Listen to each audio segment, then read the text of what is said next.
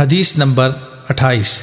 ایک دوسری سند کے ساتھ حضرت ابو سعید خدری رضی اللہ تعالیٰ عنہ سے مروی ہے کہ جب عبد القیس کا وفد نبی اکرم صلی اللہ علیہ وسلم کی خدمت میں حاضر ہوا تو ان لوگوں نے عرض کیا، اے اللہ کے نبی، اللہ تعالیٰ ہمیں آپ پر فدا کرے، ہمارے لیے مشروبات کا کیا حکم ہے، یعنی مشروبات کو کیا چیز درست کرتی ہے؟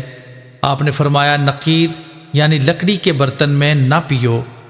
انہوں نے عرض کیا، اللہ کے نبی صلی اللہ علیہ وسلم، اللہ تعالیٰ ہمیں آپ پر فدا کرے، کیا آپ جانتے ہیں نقیر کیا ہوتی ہے؟ آپ نے فرمایا، ہاں، وہ کھجور کا تنا ہے جس کو درمیان میں سے کھرچا جاتا ہے۔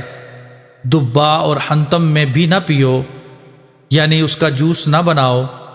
تم پر مشکیزے جن کا منہ باندھا گیا ہو وہی لازم ہے، انہی میں پیو۔